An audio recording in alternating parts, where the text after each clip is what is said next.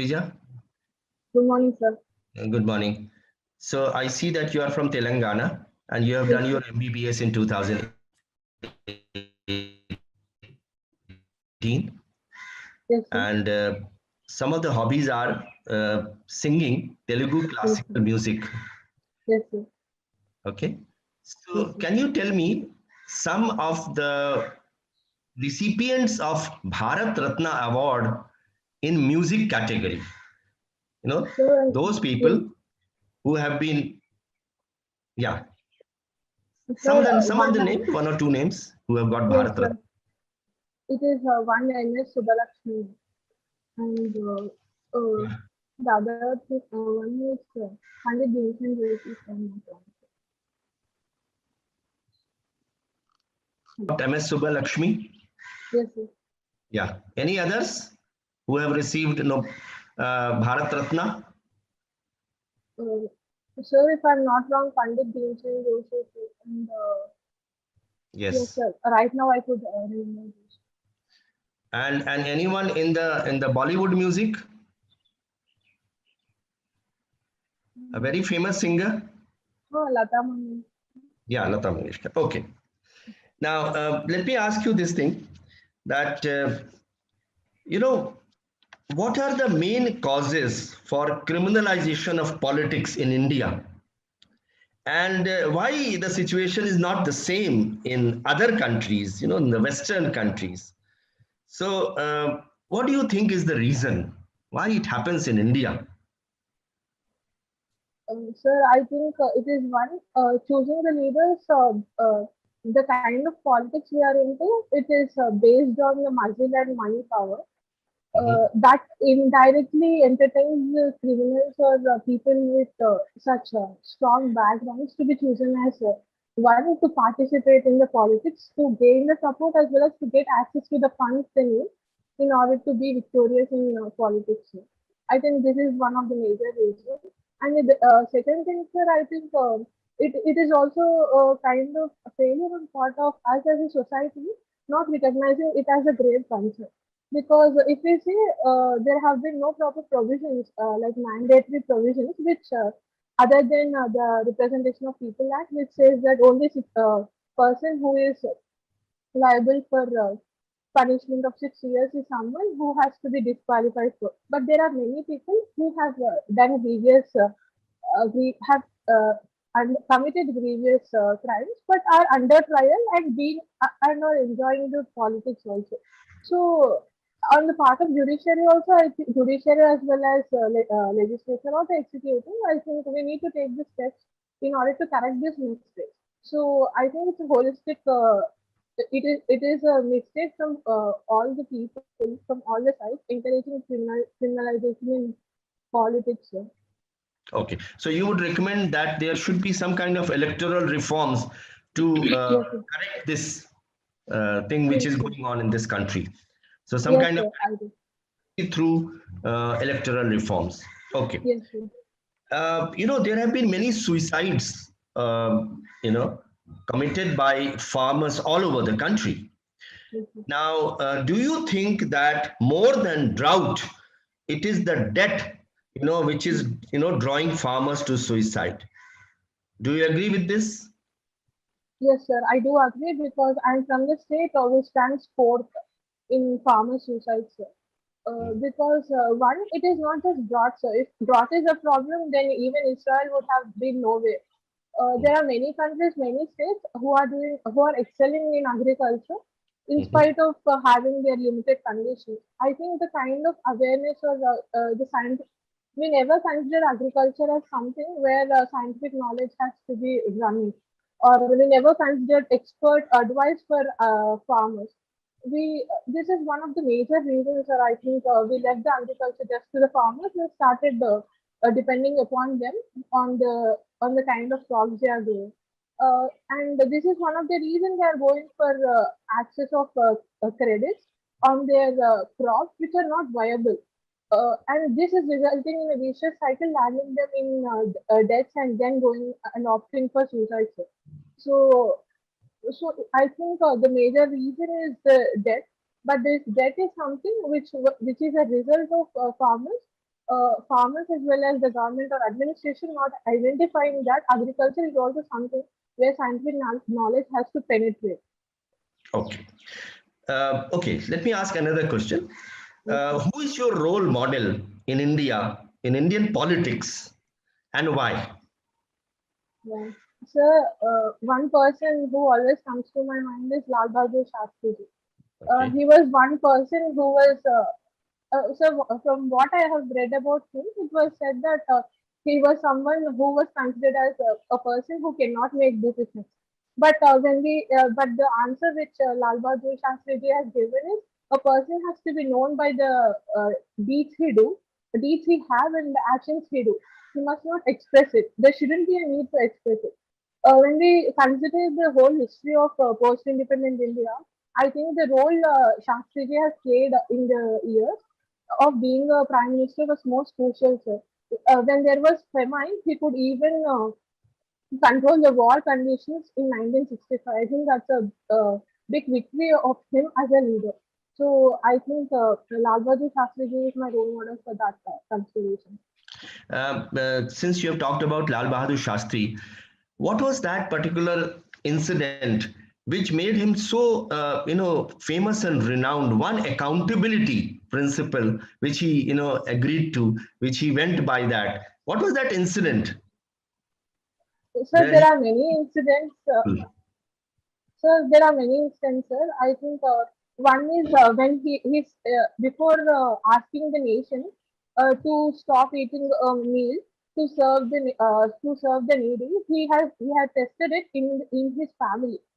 If at all his children could bear that hunger, and then he announced the same thing in the whole nation to be implemented to face the famine we were facing. That is one thing I could recall Okay. right now. Another thing which you may keep in mind, since if you are going to give this particular answer about Lal Bahadur Shastri, Yes. when he was a railway minister, then there was an accident which took place, a railway accident, and he was not the driver, but he took upon himself the responsibility to resign. So that was one of the greatest, accountability, which he displayed, as a leader. So that was another thing. Thank you, sir. Yeah. Thank you, sir. Okay. So last question. Yes. Psychologists have come out with many quotients which are important for we human beings. And one quotient is the IQ. Now, can you name some other quotients besides IQ which are necessary for the building up of we human beings? Sir, apart from intelligence quotient, I think emotional quotient is one of the biggest things, sir. Mhm. Because it makes us to interact with the people in a way controlling our emotions, which is the most difficult thing, I think. And the other thing is also, if at all we think in the same lines, I think the kind of knowledge we have towards the society also a societal issue. I would say it as a societal question. How far do you know the society in which you are residing? How far do you have a knowledge of the issues which are underrunning? For example, we think organ trade is something which is very wrong and it should be banned holistically. But this ban is making the most vulnerable to be covered under the blanket of that and making them face the problems of organ trade. So this is one of the other important things I do consider as Okay, important. okay, yeah, absolutely well explained. But there are several other questions also. Just to keep in mind, one is called adversity quotient. Adversity quotient, how to deal in adverse circumstances. Then there is a spiritual quotient, and there is a social quotient, and there is a creative quotient. Now, how in the COVID-19, how it has given us an opportunity to improve our quotients? Can you just throw some light on that? One or two questions which you have been able to improve during COVID times. Yes, sir. The biggest thing I could improve as a person was emotional quotient, sir.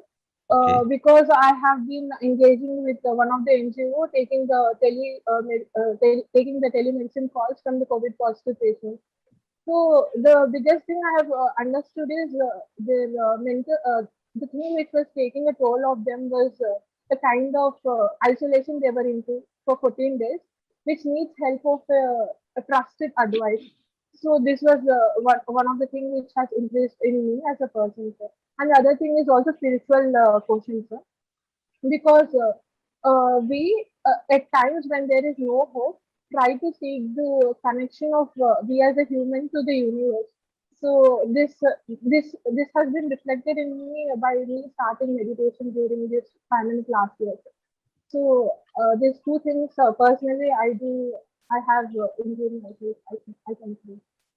Okay, thank you, Srija. Dagur Saab. Thank you so much. Srija, Yes, sir. why you Good want to morning, sir. get this profession, medical, which is very, very good profession, and want to join civil service? Sir, yes, sir. MBBS was not a random choice, like many students say, but it was a bit out of passion for sciences which I have opted for, sir. And I have always worked hard during my graduation also to be a good doctor. But then there happened an incident with me during my second year, sir, because of which I had to change my decision and opt for the civil services. Yeah, tell me. So that incident was when I had to admit my father in the same hospital in which I was getting my education. That was a government hospital, sir. Then I have found that being a medical student, the things which I was observing was something different from being a patient attendant. There were certain kind of petty bribes, petty corruptions, and at times the incident where the patient's dignity was at stake, which has moved me as a person. And when explored deep within, I have understood that this is something which is present in every sector, sir. When it is right of a person to get the service from the government to which he or she is mandated for, it is also the duty of the government to provide the same service with dignity. So this is something which I found was lacking in our system. So instead of finding fault, I thought I should be part of the change. Who was the person who was taking bribe? Sir, bribe the persons who were carrying the wheelchairs. I don't consider them as someone who are exactly doing a crime, a big crime, sir. But then it is something which is very harmful to the poor patients who are entering into. To move a wheelchair from one room to the other room, they charge it for when it has to be free. And also at times the patient is made to stand in the rows of inpatient and outpatient sections. Srija, I am asking actually, who was the person who was taking the bribe? Was he from the hospital side, hospital administration? Yes, sir. He was part of the staff of the hospital administration. Then a superintendent of the hospital is the authority actually which can work more effectively to stop actually this kind of system, rather than actually a third party civil servant sitting in say district headquarter. Would it not be very difficult for the collector to stop it? Yes, sir. I do agree.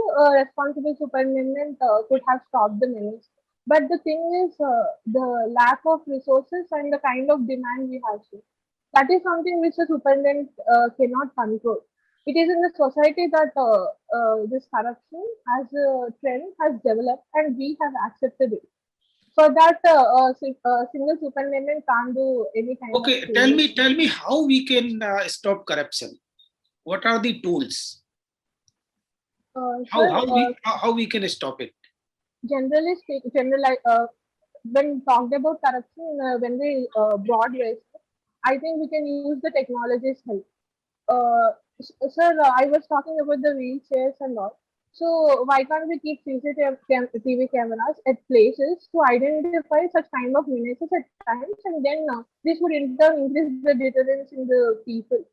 And second thing, sir, it is also increasing the number of resources people have. Kind of citizens, when we talk about citizen charter, it is just ignored as a simple document. But that also makes the patient aware of the kind of rights he has. He can demand the person further services by having a knowledge of what kind of services he can get. Srija, okay. Tell me actually what is the institutional mechanism to check the corruption in India? What is the institutional mechanism?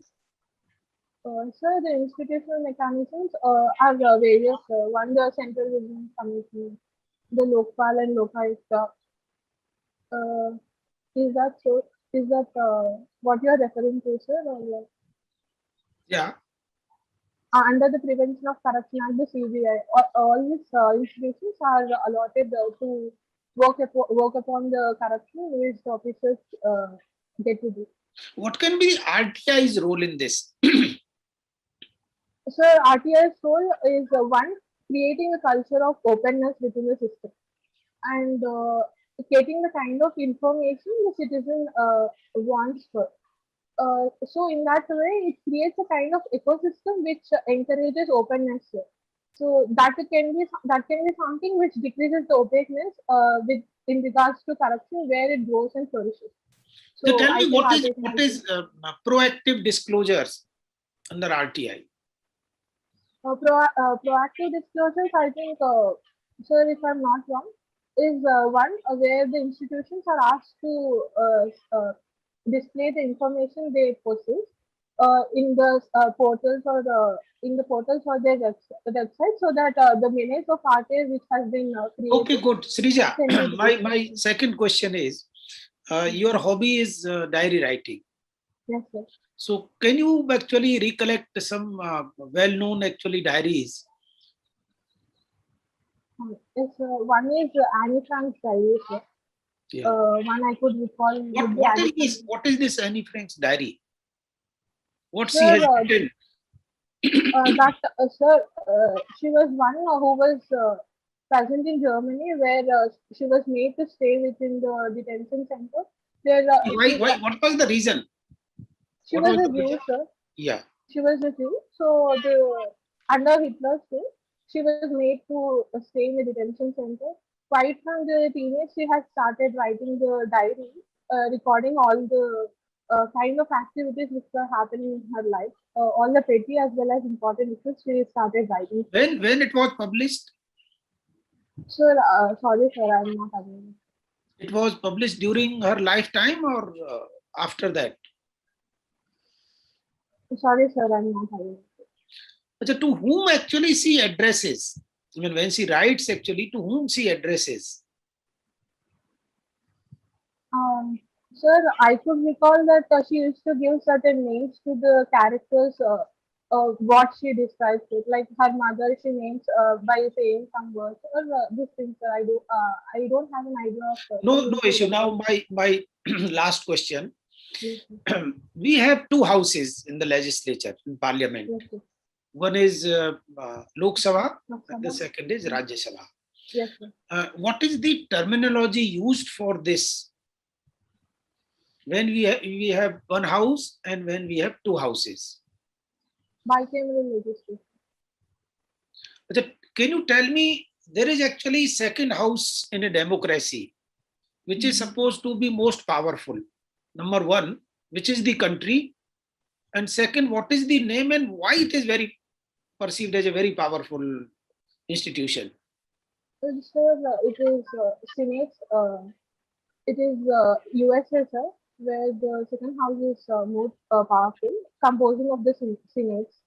So.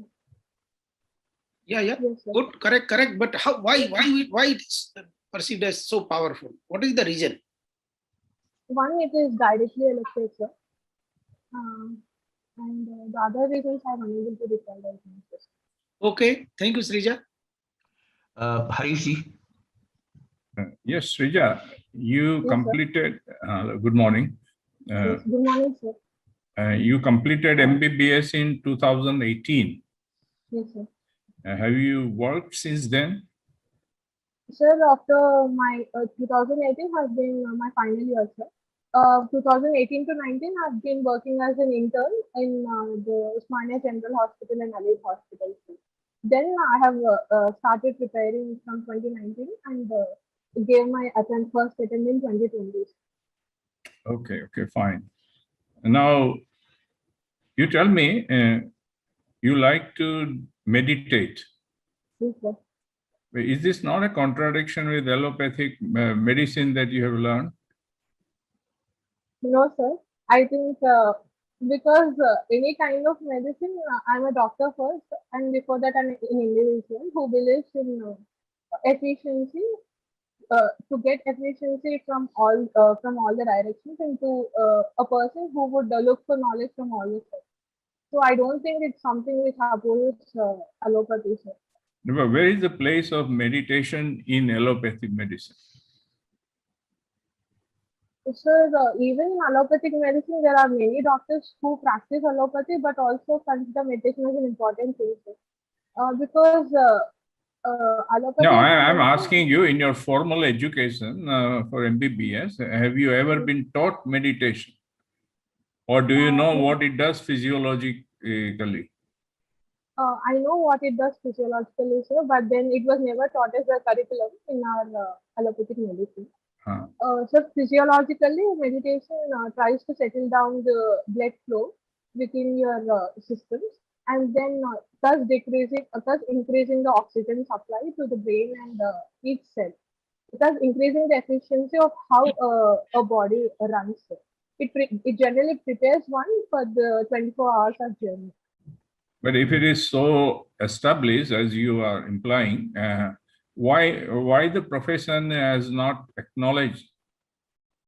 Sir, because one, there has been no stress on integrated medical systems. So there are many different medical systems, but never integrated. If at all integrated, I do think even allopathy would embrace meditation as one of the treatment choice. Okay. And also kind of awareness or kind of research. There are researches based on meditation and its advantages, but they never made as a curriculum in graduation. This is on the side of kind of creating a education curriculum from the administration side, sir, because it has been static since 20 to 30 years right now. So that is also one of the reasons that it has never been adopted in India. Okay. These days, if you look at the hospital, besides COVID, there is also another disease which is popping up, and people are even dying. It's called mucormycosis. What is that? So, mucormycosis is a fungal disease, sir, which is a systemic fungal disease where it spreads to whole body. The major reason this is spreading as a very problematic thing is one, whenever there is any kind of infection, our immunity is compromised. Sir. So, whenever immunity compromises, the first thing which a person gets infected is a fungal infection. And second thing, the person who is under severe COVID infection is kept under steroids, IV steroids. And because steroids also are a kind of immunosuppressant, which encourages certain fungal infections like mucormycosis. And because of the unsterile oxygen cylinders or the water which we use for purifying this oxygen, the already present fungus is entering the systems of the people, and then it is contaminating the body. This is the reason why mucormycosis has become dreadful in COVID-19 patients. What is the treatment?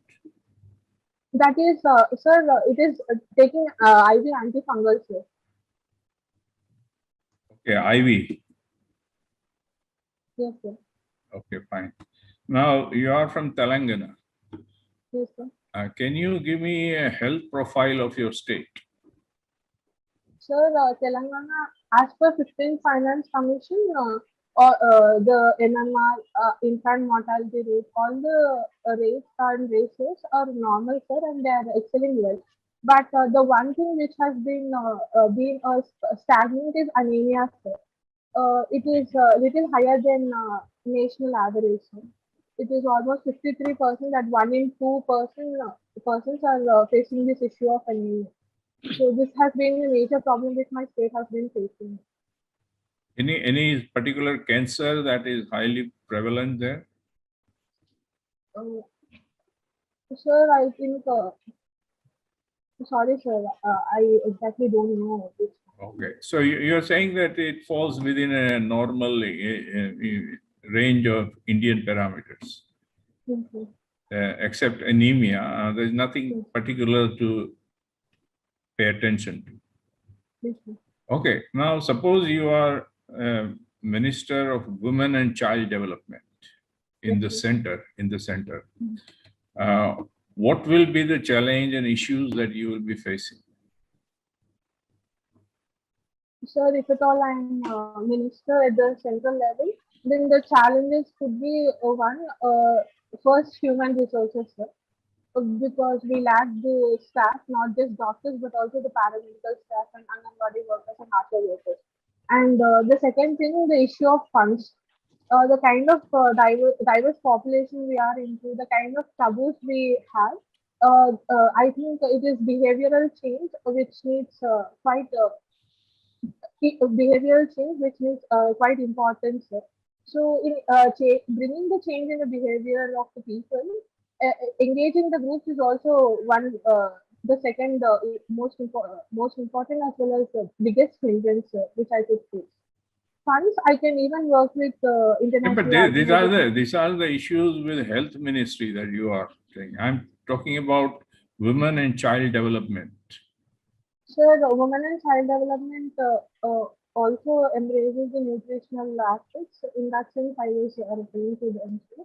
And other things, sir, I can say about safety issues which the women faces. So, allotting, it is said that the Nirbhaya funds are allotted but less utilized.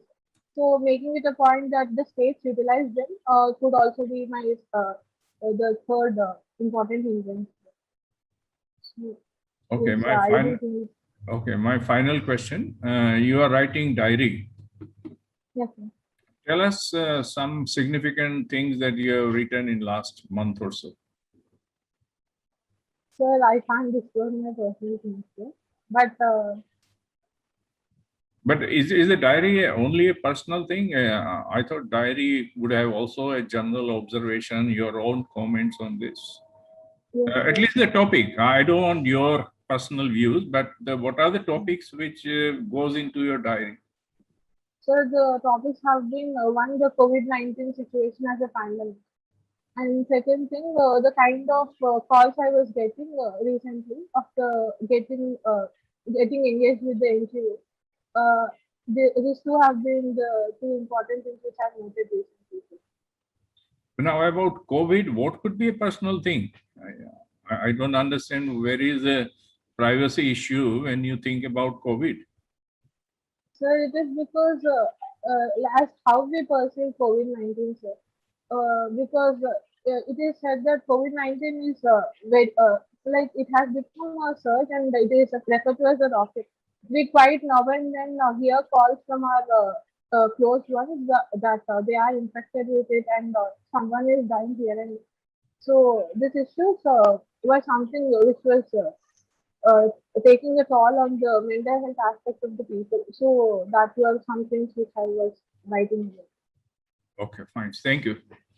Vipulji.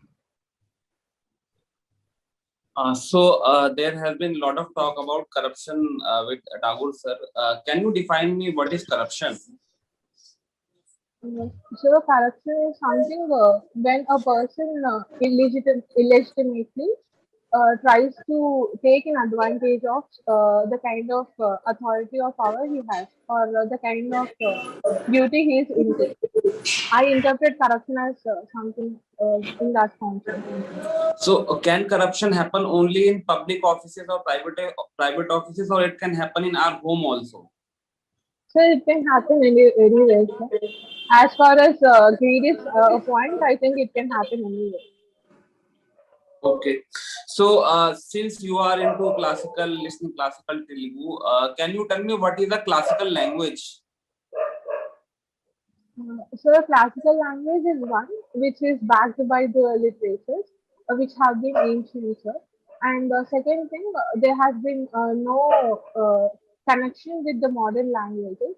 And third thing, there are some established writers who have embraced this language. Yes, sir. Okay, can you give some example of classical languages of India? So Sanskrit, Kannada, Tamil, Malayalam, Telugu. These are a few languages. Okay, okay. So you have won award in debating also. So I'll give you a topic and you debate for and against the topic. So topic is a vaccine is useful in fighting COVID in India. Okay. Sure. Yes, sir.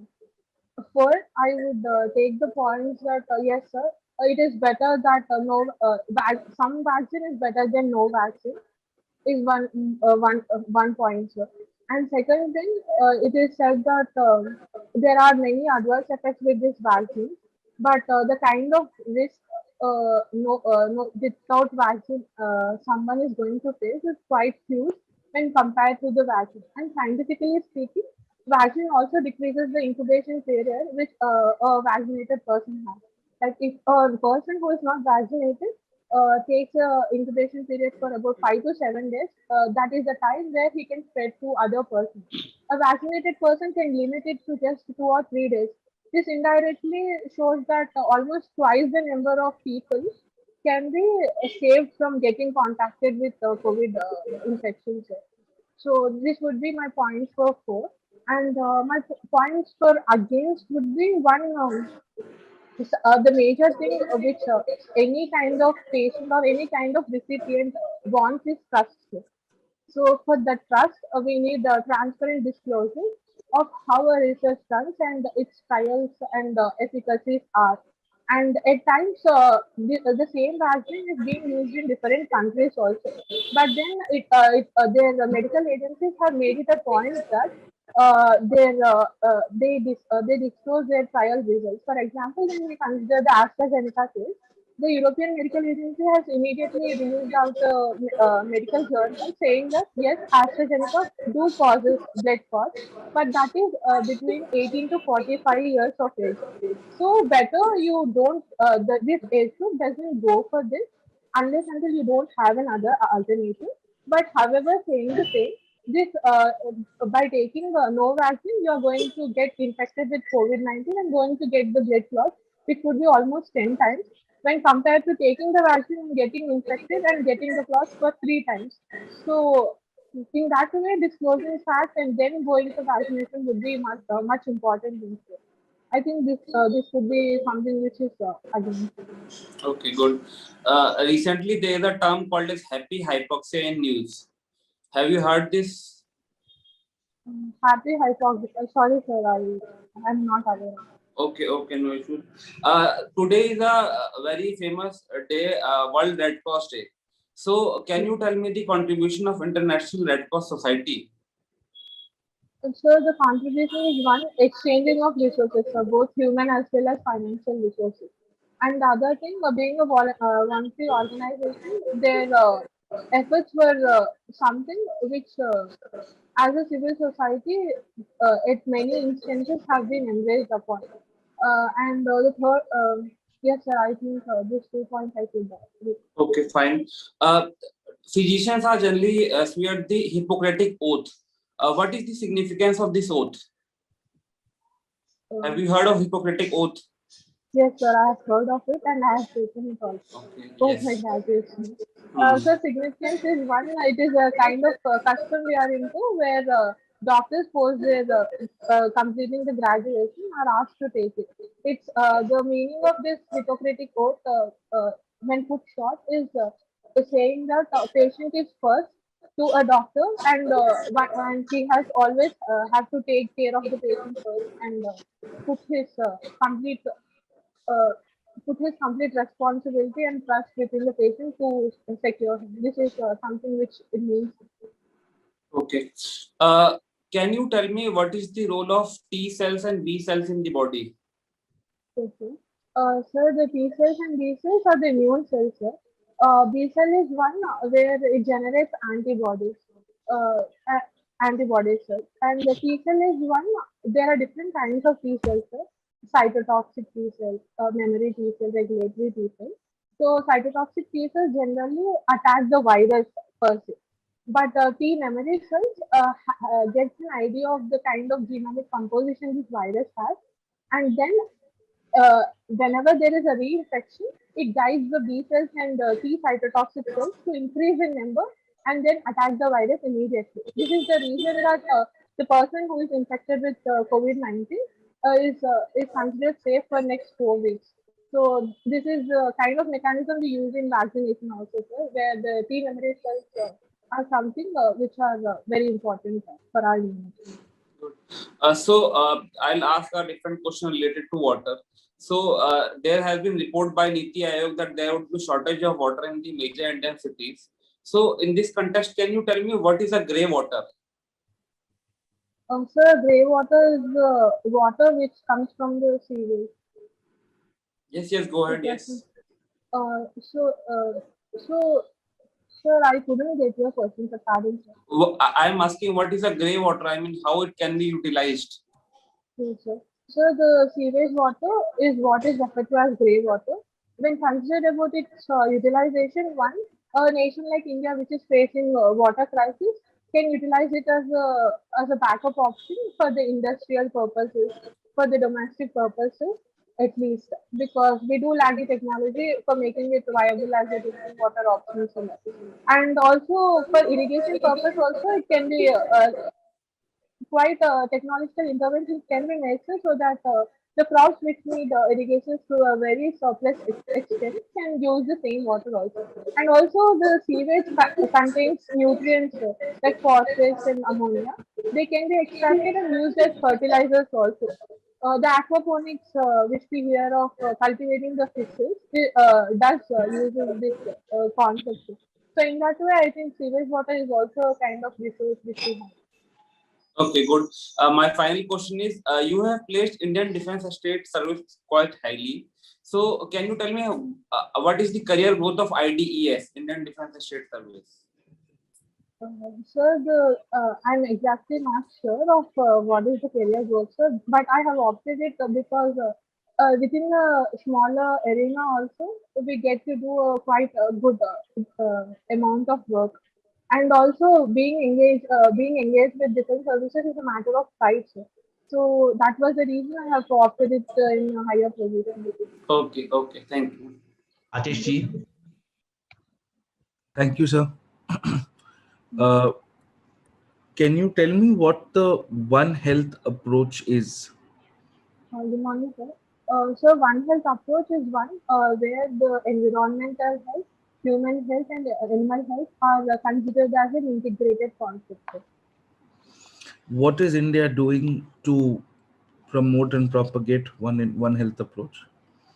So we have been engaging with WHO, and we have adopted the other campaigns, sir, where access watch and reserve criteria for different antibiotics have been done. And second most important thing, we banned polyester as something in to be used as a medicine in poultry, sir. And the other things in regards to One Health concept can be the recent budget also, sir, which says that water and sanitation is also a part of health criteria. When they proposed the Jal Jeevan Mission, they identified environment as something which is linked to human health. And yes, sir, in this way, I do think we are making our steps towards something. Okay. Now, you're aware that health is in the state list.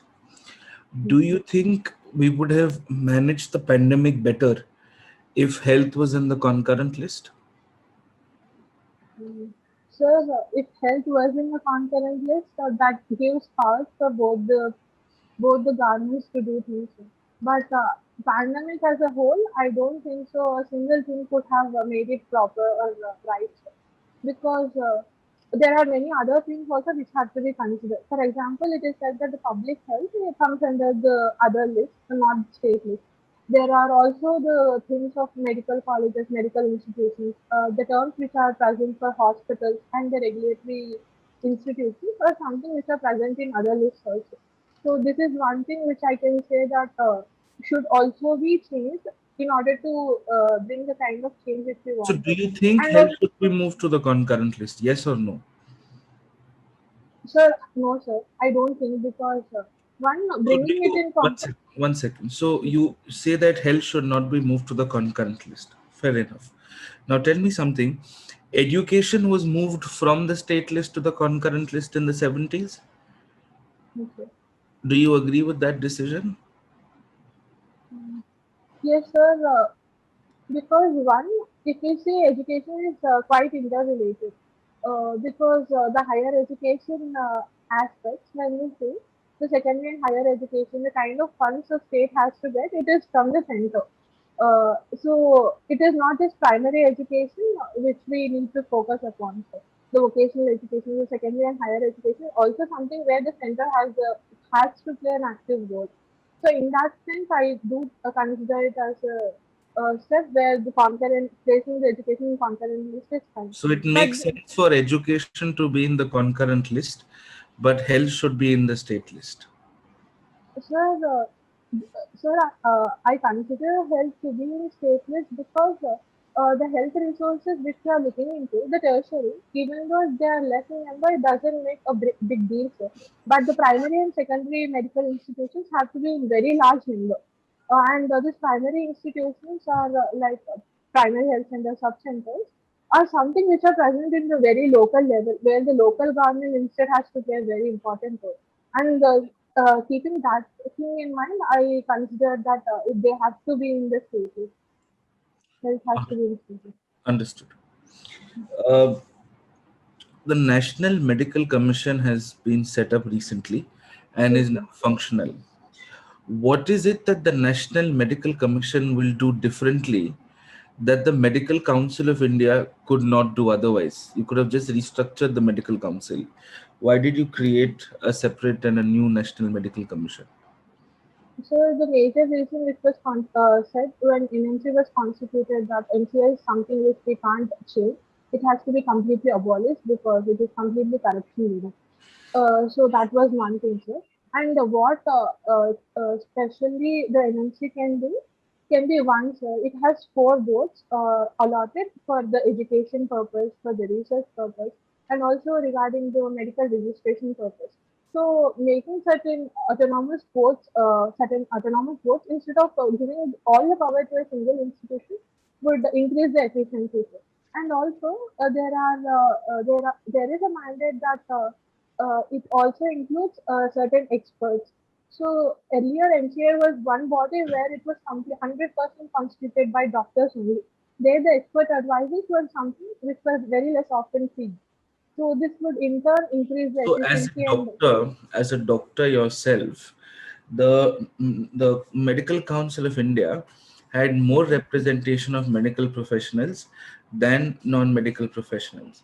But now the National Medical Commission will have an equal composition of medical and non-medical professionals. So, as a doctor, do you agree with the composition of the National Medical Commission? Do you think it's in the interest of the larger good? yes, when considered as when we consider larger interest, I do consider, sir, that such kind of changes have to be brought because we can't ask the same person to regulate himself. That would in turn bring a kind of conflict of interest and biases when the same person works also. So, and when one person has to work for the other, and it has to be made as a point that even though he's losing certain interests, the other person or the public in large interests are safe. So, considering that aspect, I do think NMC is the right step. How are viruses named? So, viruses are named by an international organization. So, it goes with the International Taxonomical Committee. Exactly, I'm unable to recall the name. So, but there is an international organization which names the viruses. And how are diseases named? Mm, sorry, sir, I'm not aware of it. But COVID-19 was named after. Not asking about COVID-19. I'm asking how are diseases named in general. Sorry, sir, I'm not aware. As a doctor, you must know how a disease is named. Yes. Yes, Right. My last question to you is a question on an opinion. yes, yes. Uh, do you think patent restrictions must be removed from vaccine productions globally? Sir, I don't think so, sir. Because once, sir, it has been said that removing the patents itself is not the wholesome solution. There are many other things also. Like the vaccine consists of many other chemicals. it also involves many other processes where these chemicals have to be produced, which are not scientific, which involves the manufacturing processes also. So these things comes under the Trade Secrets Act. So even they need to be amended, or they need to be they need to be accessed in order to make the vaccine more efficacious. One And of the second, things we could do is first remove patent restrictions and then provide for facilitation of everything else.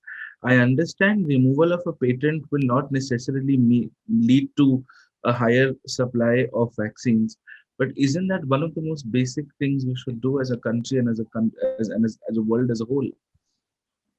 yes, sir, that can be one, but there are other options also, sir. Why can't we go for patent pooling? Uh, we can even, when there are alternatives which can take the equal place, I think going for patent pooling is also one right step, sir. Because if we see, the virus is also going to emerge. It is not just this variant which is going to stay.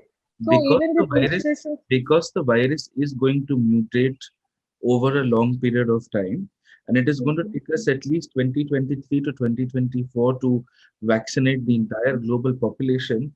What incentives do pharmaceutical companies have to continue cutting edge research into developing vaccines that work? um, You sir, yourself said that the mutant is going to mutate in multiple forms. yes, sir.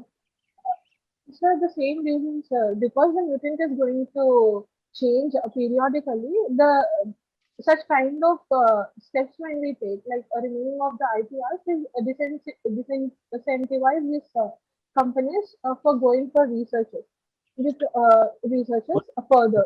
what do you mean? What do you understand by compulsory licensing? So compulsory licensing is one where we pay royalty as well as bonus to the specific company and buy their intellectual properties, so that they can be manufactured by other companies, thus decreasing Who's the we? price of the When product. we say we buy, who's we? It is garments. Okay. And the owner of the patent necessarily gets paid in the regime of compulsory licensing? Sir, as far as I remember, yes, sir. I think the company is paid. Under what Indian law is compulsory licensing provided for? Sorry, sir, I'm unable to recall The Patents Act. it. Thank you. Okay. Okay. So Srija, before we take you to the waiting room, let me just ask you a final thing. There is a lot of debate going on in the world regarding something which is called euthanasia. Yes, sir. Now, what do you mean by euthanasia? And do you think it is correct ethically or otherwise? And can you name some of the country where euthanasia is legalized? Uh, Euthanasia, sir, is a method where we give euthanasia is something where we give a patient the chance to choose his death, sir. It is of two types, active as well as passive euthanasia, where we actively remove the kind of support system a person is given with, and we injecting some kind of poison to the ill patient so that he takes his death faster. Passive is just removing of the life support mechanisms.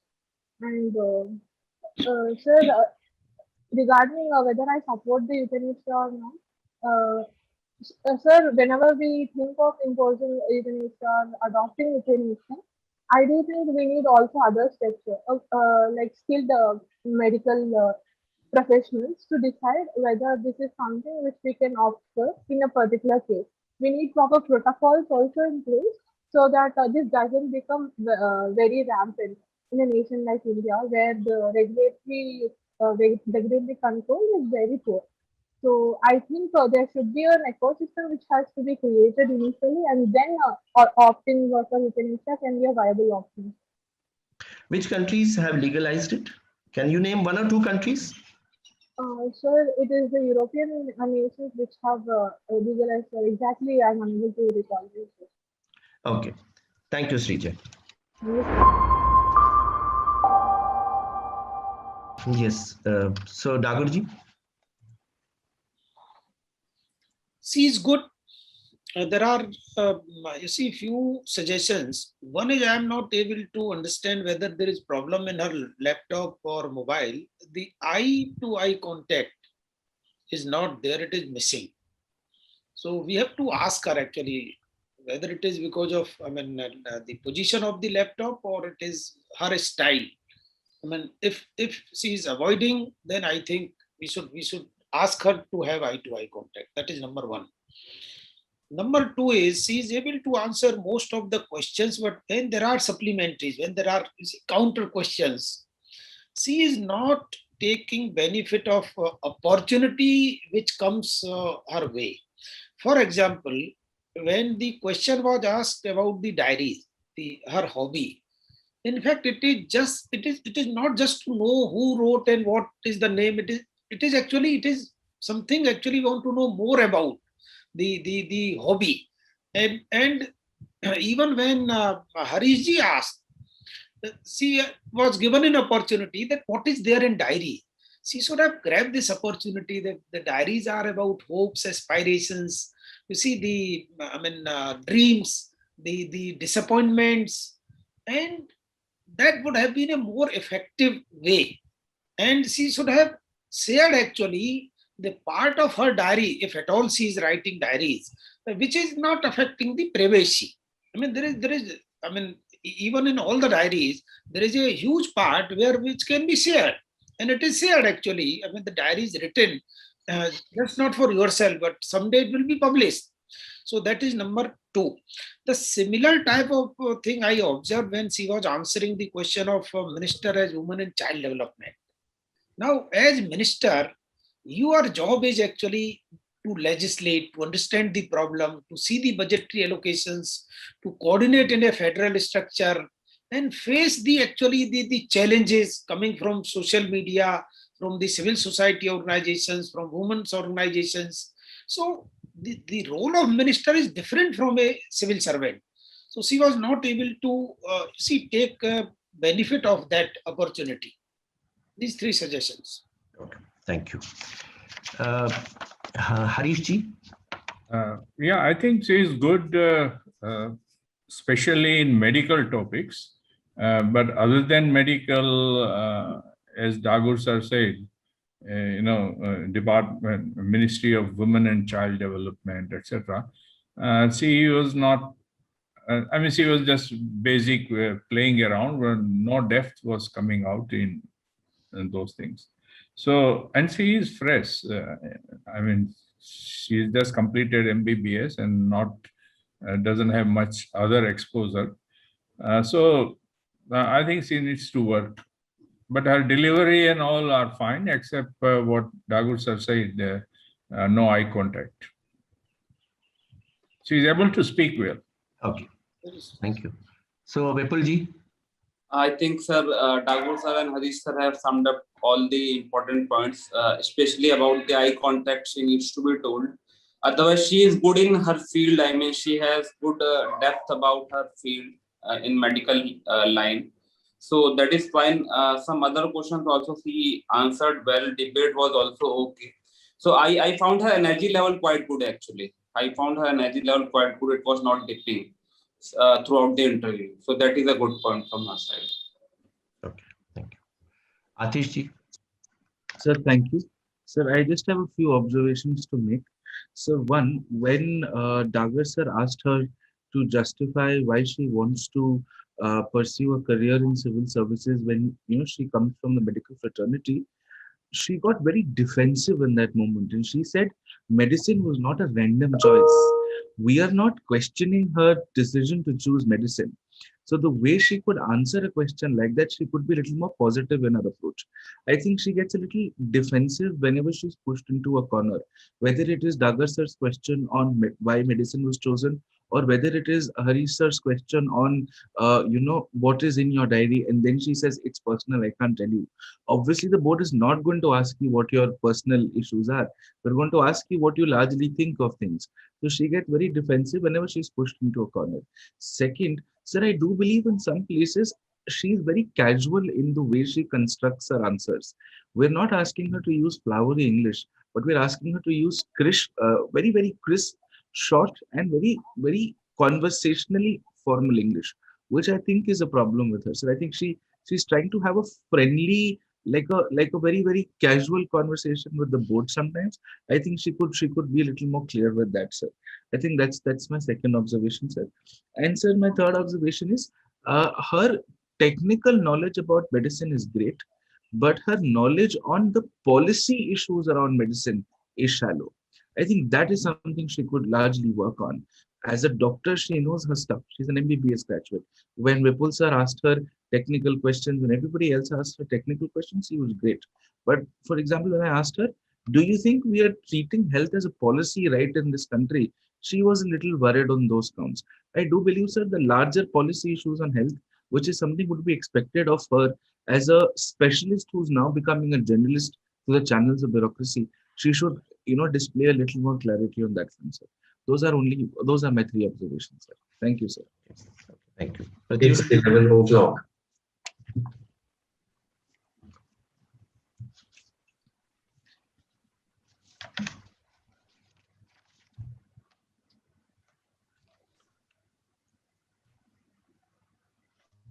Yeah. Okay, Srija. Okay, Srija. So let me ask you, the last about 30 to 35 minutes of interaction that we have shared together. What is your view, and how do you assess yourself, or how do you see yourself as having performed during this personality test or mock interview? So yeah, I could have been more articulate and clear in my concepts. I felt so. And at times I was taking extreme points also, leading to further questions. This was something which I felt. Okay. Okay. So Srija, let me add some of the things. First of all, let me say that you are very good. You are articulate, and your knowledge about the core subject, that is medicine, that is also very good. There is no doubt about it. And understandably, since you have just come out of MBBS recently, so naturally, you may not be having the whole picture, the big picture about many aspects other than your own subject. But then you see, in such kind of personality tests, there are people sitting from different walks of life, and they are experts, and they have seen almost 35 to 40 years of service. So all kind of questions may arise. So one thing which I would like to particularly mention here is that besides knowledge, how you present that knowledge is also important, because ultimately what it reaches the other side of the table, that is more relevant. So you have the knowledge, but the way you need to present it, perhaps one particular thing which we noticed, if you could throw some light on that. Why is it that you are not able to maintain eye contact? Is it because of the level of the laptop which you have kept, or is it a general thing which you do, that you try to evade eye contact? Is it No, sir. No? I think it is because of laptop. Where I couldn't see the camera, I was looking at the face. Okay. Okay, understandably, it was that, because the proper communication skills, and they are very important in this, because 50% of what you are going to tell there will be through verbal channels, the answers which you give, but the other 50% will be basically non-verbal channels, and that will include your eye contact with the person who is asking the question, scanning the entire board from left to right periodically. That is the second thing. Third is modulation in your voice.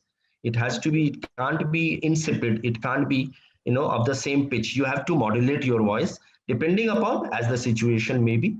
And then, of course, your face should be very, very friendly, and in between you should smile also. So it should not be a kind of a poker face. So that these are some of the non-verbal challenges, your body language and all those things. So you need to probably, since you have said that it is because of the laptop, so we understand. So just maintain those things, eye contact and scanning and, modulation. and pauses. You need to have pauses. And some of the answers which you were giving, no doubt, were good, but they were sort of lengthened, you see, slightly lengthened.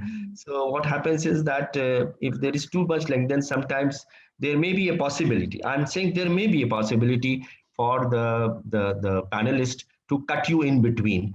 So you have to be very, very crisp rather than having very lengthy answers to your questions. And then one more thing, which is a general remark. And though, as I said, again, at the cost of repetition, I will say that you are very good. And but some of the questions, the answers were absolutely correct. But the second question, which was the supplementary to that, perhaps, a greater preparation would be required. So don't think that you will be, the panelist is going to stop at one particular point. He may ask for further searching questions, emanating out of the first question itself. So you have to go deep into that. That's a general thing. And this is, this will help you in making your impression that you are not having only the surface knowledge, but you have gone deep into it and you understand what is there inside. So the depth to that will come only when you go to the further deep into the subject.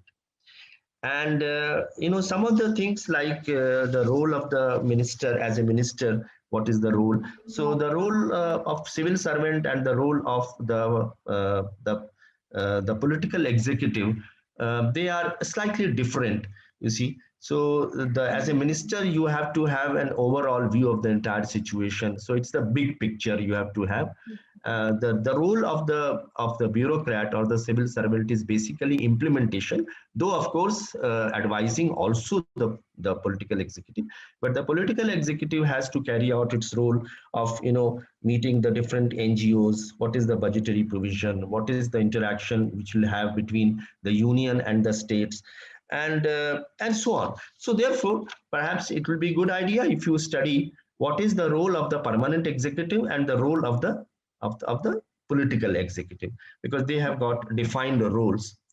And as I said, you are very good in your topics on health, but when it comes to slightly, the policy formulation, what are the policy issues in regarding the health and medical education, perhaps you may go slightly more deep into this. And your delivery otherwise is absolutely fine, and there were no jerks or pauses. You were able to come out very, very fluently in a very smooth manner. So that way is absolutely fine. And I think overall, we would definitely say that you are very promising and you can definitely come out very, very successfully. Just work on some of these areas. And you see, you are at sometimes very defensive on even the question regarding medicine. Why did you, why medicine? So don't be, defensive at all. And you have to come out with certain interesting and good answers, which are more convincing. So, and the issue why you want to join civil services, that is a question which is a mundane question, which everyone is going to ask you. So why doing MBBS and then coming to civil services? So prepare that question in well, so that you can give a convincing answer. So you see, it's sometimes what happens is that the answers which are given by the candidates, no one knows that ultimately he is going to do that thing or not. If he says that, yes, I need to be ethical, well, the panel has no way of, ultimately, a person may ultimately turn to be very, very dishonest. But it is that at that point of time, the answer which you give, it has to be very convincing. So rather than talking about utopian or idealist replies, I want to serve the society or I want to give back to the society, these things, do not cut ice. You have to be more, the answer should be such, which should be pragmatic and convincing. And so overall, I would say you are very good. But if you have any particular question to ask from us, you may come out with that. This lengthy answer is something everyone says. Like, I am unable to understand how should I do. Yeah, you see, there has to be somewhere you have to stop, because you see, you will be given only about 25 minutes, 20 to 25 minutes. That is the average time given to each candidate. and you have to come out with the best out of you. So if you start concentrating only on one answer, so the result will be that perhaps the other facets of your personality will not be judged there. Yes. So therefore, it should be crisp, and rather than giving lengthy answers, because they will eat away your time a lot. And whereas I would like, for example, your hobbies, etc., the vocal music, that is also an important area where people will ask questions. And then when you talked about the diaries, you said that the contents of the diaries being private, you would not like to disclose. Now you see, That whereas there are two types of contents. One is, yes, which you would not like to disclose, which are privy to you only, but there may be some general things also. And when you these kind of open-ended questions are asked, that gives a lot of liberty to the candidate to pick up that opportunity and give out answers which can be very, very convincing. So you could perhaps give out some portion, what you have written about. Might have written about the nature, about the environment, about the beautiful things which happen here, what happened in the morning when you got up, and so on, which you can always divulge without any such risk. So use that opportunity. You see, sometimes it comes with a matter of chance only that you get open-ended question, and that open-ended question is something which you should jump at. You see, ultimately it is an opportunity, and when you enter the room for the interview, pick up such opportunities whenever they come to you and try to use them to your advantage. Okay. Kusumaji, can I just add one thing? Anji. Srija, you see, why our answers are lengthy? Do you know what is the reason? The reason is because you are not looking at the panelist who is asking the question. What is the purpose of asking that particular question? So you have to satisfy the panel. You are not supposed to demonstrate your knowledge. So just see actually that the panelists who are asking the question, why they are asking, what they want to hear from you. Concentrate on that. Okay, Srija. So and the answer to why you came, why you want to come to civil service, you said one incident of your father's hospitalization changed your mind. Now someone says, okay, if there is some another incident, then you will go out of civil service and do something else. So one incident, sometimes it can be very striking, but it's not very convincing. So I should just be ready for the lead question. Okay. Yeah. So Srija, so this question about why do you want to leave the medical profession and join civil service, that is a question which will definitely come, and you have to give answers. And the lengthier part, that since I noticed it in the beginning itself when I was asking you questions, so some of the answers were quite lengthy, and it could have been slightly cut short. So you need to work on that and start writing the answers. You see, the best way to that's all those questions which you can anticipate coming there, start writing their answers on paper, so that you know that which are the best answers which can be given in a limited period of time. Okay. Otherwise you are very good and you stand a full chance of making it finally to the civil services. But just work on some of these areas which you have suggested. And you have diary issues that I wantedly have said that there are some private things which I cannot like. Can I use such kind of words in interview form? I wanted to test it. So when sir has asked me, I have said that there are some. I think diary writing is something which is private. So I cannot disclose. I've taken that stand. Is that fine, sir, if I say that? No, rather than saying that there are these are private things which can't be disclosed, you should have a positive answer rather than saying a negative, because it's a negative answer. So give a positive. Yes, surely, sir. This is, for example, the other day when it was my birthday, and this is what I did, and so on. So rather than answering negatively, come out positively. See, just 1 minute, Srija. You see, diaries, your diary, personal diary will have so many, you see, hopes, aspirations, dreams, disappointments. I mean, and part of that is actually, it's not very private. There will be many things actually in your diary which can be shared, with family members or anyone else. Yes, sir. So you Okay. highlight that aspect. Yes, sir. Thank you. See, Penal is not asking that I want to read your diary from beginning to end. The Penal is asking, is there something interesting that you want to bring out?